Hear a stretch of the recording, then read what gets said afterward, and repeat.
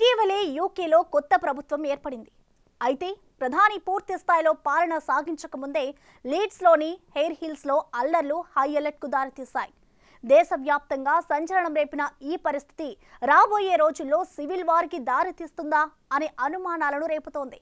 ఇంతకీ హెయిర్ హిల్స్లో ఏం జరిగింది? వలసలు ఎక్కువ కావడమే ఈ అనిశ్చితికి కారణమా? దేశంలో నెలకొన్న ఆర్థిక పరిస్థితులే ప్రజల్లో అసహనాన్ని పెంచుతున్నాయా? ఈ అల్లర్ల వెనుకున్న అసలు నిజమేంటి? Let's focus.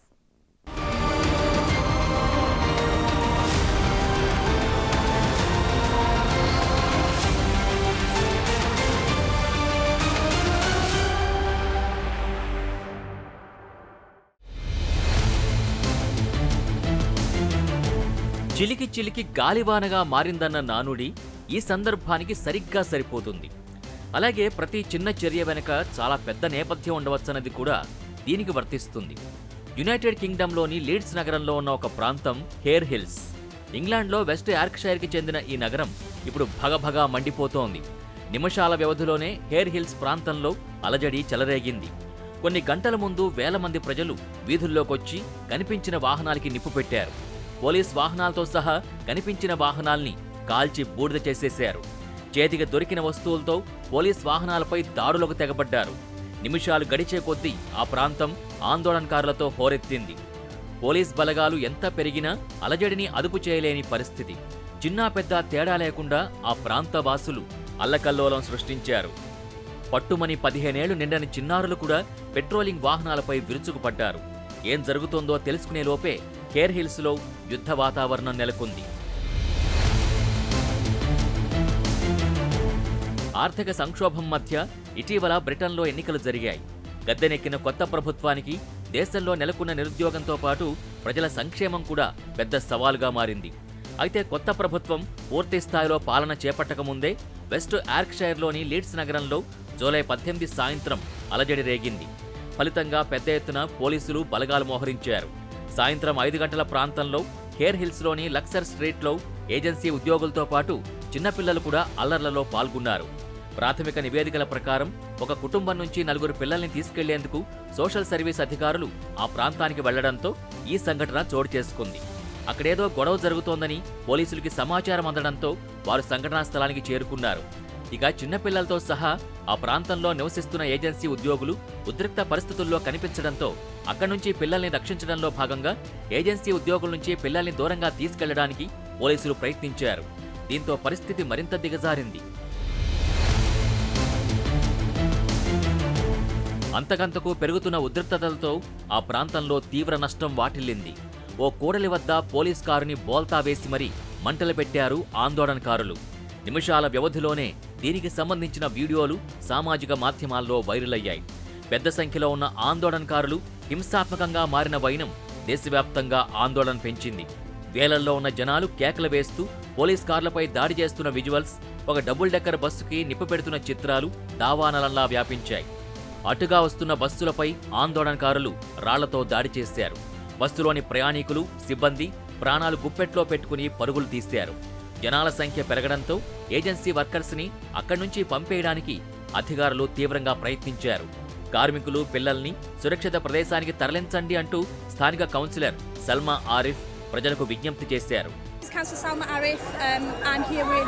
Hello, my name's Inspector Ali Nichols. I'm the East Leeds Neighbourhood Police Inspector. There is an ongoing situation currently in Hare Hills. We're aware of that. The police is here. We are asking everybody in the area to please stay at home at this moment in time. Yeah, so if you can all just stay where you are, stay in your houses. We will manage this. And if you're out in the crowd, I'll just ask you to go home, please, so we can keep everybody safe. Thank you. And we will endeavour to keep local residents informed. ఆందోళనకారులు వారి దగ్గరున్న లైటర్స్తో double decker బస్సుకు నిప్పు పెట్టిన వీడియోలు అక్కడి ఉద్రిక్త పరిస్థితుల్ని కళ్లకు కట్టినట్టు చూపించాయి.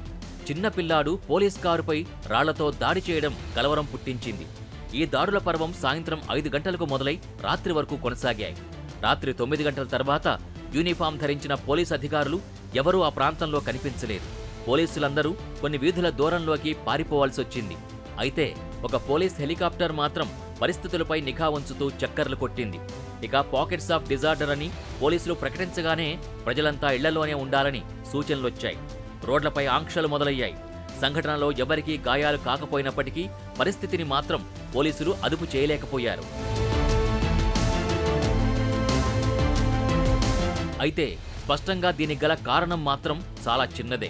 స్థానికులు చెబుతున్న దాని ప్రకారం ఆ ప్రాంతంలో నివసిస్తున్న తూర్పు యూరోపియన్ సంతతికి చెందిన కుటుంబానికి చెందిన పిల్లల్ని సంక్షేమ గృహానికి తీసుకువెళ్లడానికి సోషల్ సర్వీస్ అధికారులొచ్చారు. దీన్ని వ్యతిరేకిస్తూ మొదట కుటుంబం అడ్డుపడింది. తర్వాత చుట్టుపక్కల వారు కూడా అధికారుల్ని అడ్డుకున్నారు. ఆ తర్వాత అక్కడికి వందల సంఖ్యలో జనాలు గుమిగూడారు. అలా ఆ ప్రాంతంలో అల్లర్లు ప్రారంభమైనట్టు తెలుస్తోంది.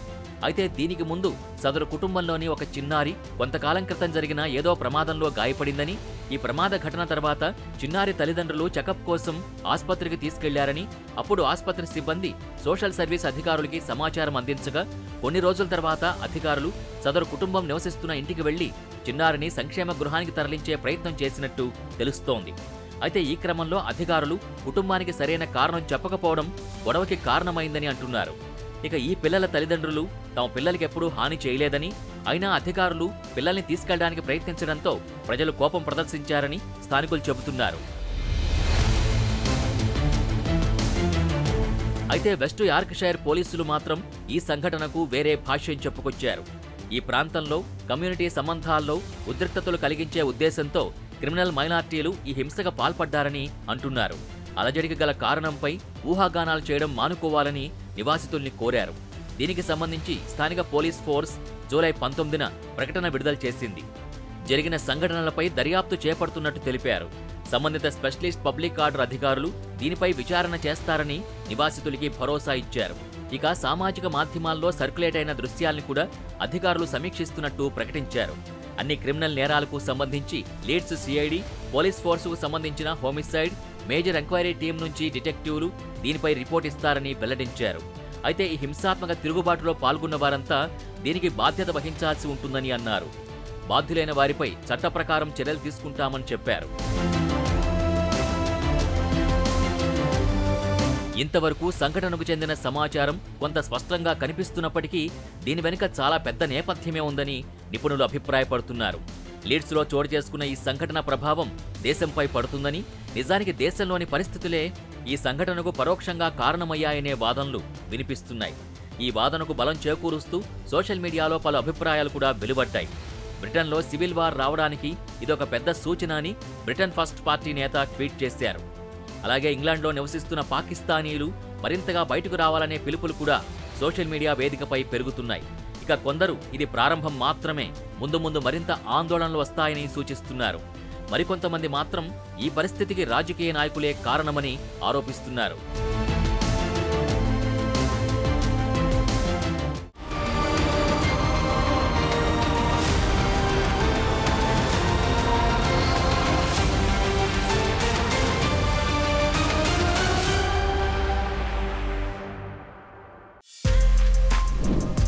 For more videos like this, subscribe Big TV channel.